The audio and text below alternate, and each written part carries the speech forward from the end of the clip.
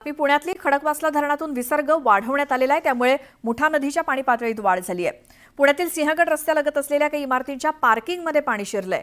मुठा नदीपात्रालगतच्या असलेल्या इमारतींच्या पार्किंगमध्ये पाणी शिरलंय। एकतानगर भागातील इमारतीच्या पार्किंगमध्ये सुद्धा पाणी शिरल्यामुळे नागरिकांना मोठा त्रास सहन करावा लागतोय। नदीकाठच्या नागरिकांना प्रशासनाकडून सतर्कतेचा इशारा देण्यात आलाय। पुन्हा एकदा नदीकिनारी असलेल्या पुण्यातील सिंहगड रस्ता भागातल्या काही सोसायट्यांमध्ये पाणी शिरलेलं दिसतंय। अधिक माहितीसाठी जाऊयात, आमचे प्रतिनिधी अभिजित पोते पुण्यातून आपल्यासोबत फोन लाईनवरती आहेत। अभिजित, किती विसर्ग वाढवलेला आहे धरणातून आणि त्यामुळे नद्यांची पाणी पातळी काय, त्याचे परिणाम काय दिसतायत? नक्कीच श्वेता, आपण पाहतो की गेल्या 3 दिवसांपासून पुणे शहरात पावसानं विश्रांती घेतली आहे, पण खडकवासला धरण साखळी क्षेत्रातली जी गावं आहेत तिथं मात्र पावसाची गेल्या 3 दिवसांपासून संततधार जी आहे ते सुरूच आहे। त्यामुळे खडकवासला धरण साखळी क्षेत्रातील 4ही धरणं आता तुडुंब भरलेत आणि त्यामुळेच खडकवासला धरणातून आता जवळपास 28,000 क्युसेक पाण्याचा विसर्ग हा मुळा मुठा नदीपात्रात करण्यात आलेला आहे। आणि त्याच पार्श्वभूमीवर यंत्रणा जी आहे ती अलर्टवर आहे, कारण मुठा नदीपात्रातल्या ज्या लगतच्या सोसायट्या आहेत त्या सोसायट्यांमध्ये आता हळूहळू पाणी शिरायला सुरुवात झालेली आहे। ही जी दृश्य आहेत ते पुण्यातल्या सिंहगड रोड परिसरातली जी एकता नगर आहे, मागच्या वर्षी आपण पाहिलं होतं की या एकता नगरमध्येच अगदी पूर सदृश परिस्थिती या सगळ्या परिसरात झाली होती। आणि आता पुन्हा एकदा खडकवासला धरणातून पाण्याचा विसर्ग जो आहे तो वाढवण्यात आल्यामुळं ज्या या नदीकाठ लगतच्या ज्या सोसायट्या आहेत त्या सोसायट्यांमध्ये पुन्हा पार्किंगमध्ये पाणी शिरलेलं पाहायला मिळतंय। अग्निशमन दल असेल किंवा महापालिका प्रशासन असेल हे अलर्ट मोडवरती आहेत। या परिसरात अग्निशमन दलाची वाहनं आणि जवानं तैनात करण्यात आलेली आहेत, ती देखील दृश्य आपल्याकडे आहेत।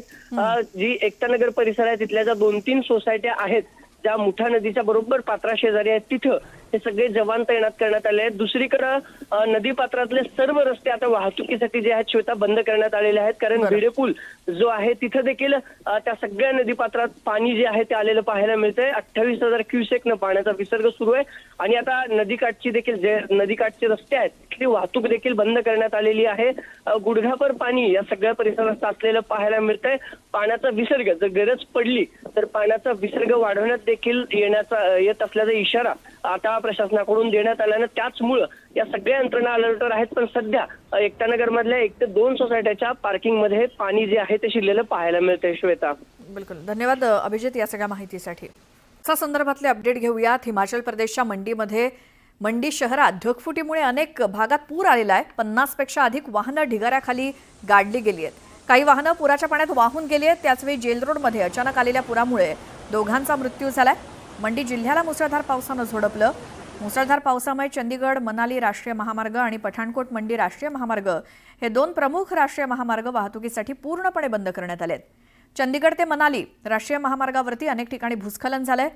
हिमाचल प्रदेशातील अनेक जिल्ह्यात रस्त्यावरती मोठमोठे ढिगारे आलेत। अनेक मार्ग बंद झालेत। पठाणकोट ते मंडी या राष्ट्रीय महामार्गावरील पधार ते मंडीपर्यंत अनेक ठिकाणी भूस्खलन झालंय। सततच्या पावसामुळे ढिगारा हटवण्यात आणि मदत कार्यात खूप अडचणी येत आहेत। मंडी शहरातील व्हिक्टोरिया पुलाजवळ सुद्धा मोठ्या प्रमाणात भूस्खलन झालंय।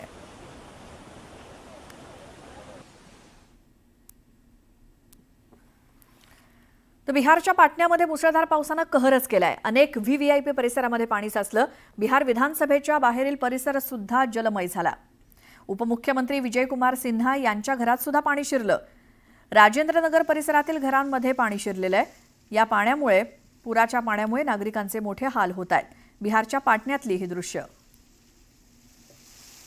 मुसळधार पावसाचे हे परिणाम बिहारच्या पाटण्यामध्ये दिसत आहेत आणि अगदी व्हीव्हीआयपी भागामध्ये सुद्धा पावसाचं पाणी हे पुराचं पाणी शिरलेलं आहे। बिहार विधानसभेच्या बाहेरचा परिसर पूर्णपणे जलमय झालाय। उपमुख्यमंत्री विजयकुमार सिन्हा यांच्या घरात सुद्धा हे पुराचं पाणी शिरलंय। राजेंद्रनगर परिसरातील घराघरात पाणी शिरलेलं दिसतंय। सोसायट्यांमध्ये पाणी शिरलेलं दिसतंय। त्यामुळे नागरिकांचे मोठे हाल झालेत। बिहारमध्ये पडलेल्या मुसळधार पावसाचे पाटण्यातले हे परिणाम। जयपूरमध्ये सुद्धा मुसळधार पावसामुळे अनेक ठिकाणी पाणी साचलं। शहरातला पॉश परिसर असलेल्या सिव्हिल लाईन परिसरातील रस्ते जलमय झाले। त्यामुळे नागरिकांना अनेक अडचणींचा सामना करावा लागतोय। साचलेल्या पाण्यातनं आपली बंद पडलेली वाहनं ढकलत नेण्याची वेळ या नागरिकांवरती आली आहे। जयपूर इथली ही दृश्य। मुसळधार पावसाचे परिणाम जयपूरमध्ये अनेक घरांमध्ये पाणी शिरलंय। रस्त्यावरती सुद्धा पाणीच पाणी झालंय। मुसळधार पावसामुळे अनेक ठिकाणी पाणी साचण्याच्या घटना घडल्यात. शहरातल्या अगदी पॉश परिसर असलेल्या जयपूरमधल्या सिव्हिल लाईन परिसरातले रस्ते हे जलमय झालेत. त्यामुळे अनेक अडचणींचा सामना इथल्या नागरिकांना करावा लागलाय.